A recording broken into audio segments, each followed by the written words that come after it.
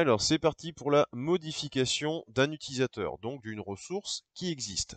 Là, on va avoir deux choses, un paramètre et un body. Alors, pareil, dans le RESTful, le patch va être utilisé pour modifier en partie une ressource et le put qui fait l'ajout peut faire aussi la modification pour une modification totale d'une ressource, nom, prénom, etc. La totalité des paramètres. Ça, c'est dans le monde du RESTful. Là, on va se cadrer. Donc, le put uniquement pour l'ajout, le patch uniquement pour la modification. Ici, c'est toujours pareil. On a un recres, hop, une fonction fléchée, et on y va. Je reçois un paramètre dans mon URL. Je ne sais pas si on va m'envoyer un chiffre ou une lettre. Je vais donc parser en entier ce que je reçois au cas où je recevrai une bêtise. Let user ID, c'est un parse int de rec.params.id. Encore une fois, si je mets ici Marcel, ici je pourrais mettre Marcel. Et derrière, je vais donc lancer une vérification. Donc vérification, j'ai oublié quelque chose. Si le champ ID est présent et cohérent. Là, c'est la même méthode. Si j'ai un problème là-dessus, ça veut dire que je n'ai soit pas reçu l'idée, soit qu'on m'a envoyé quelque chose de bidon. Je fais un return, hop, status 400. 400, je vous répète, c'est le code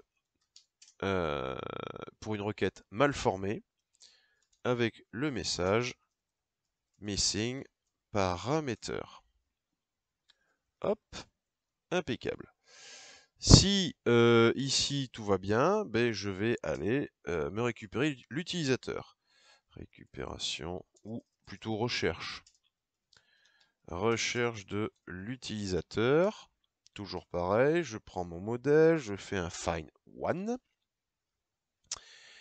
Ici, je vais lancer ma recherche par ID puisque je l'ai reçu dans mon URL. Et je n'oublie pas le row true, sinon j'aurai des problèmes au niveau du format de ce que je vais recevoir.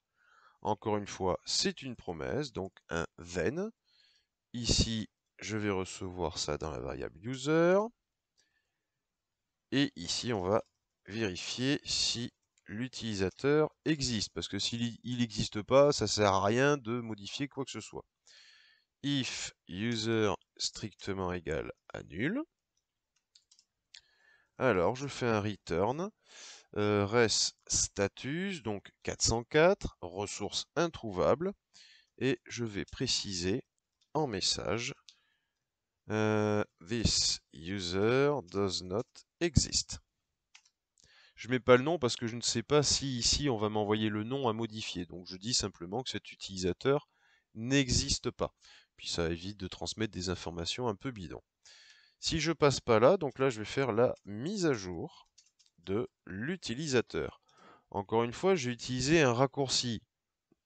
Il faudrait faire les choses de façon un peu plus sérieuse, sérieuse ça l'est, de façon un peu plus propre. Pareil, vous avez des exemples dans la documentation de Sequelize ou dans n'importe quelle documentation d'ORM. Donc là, on va faire un user, on va faire update.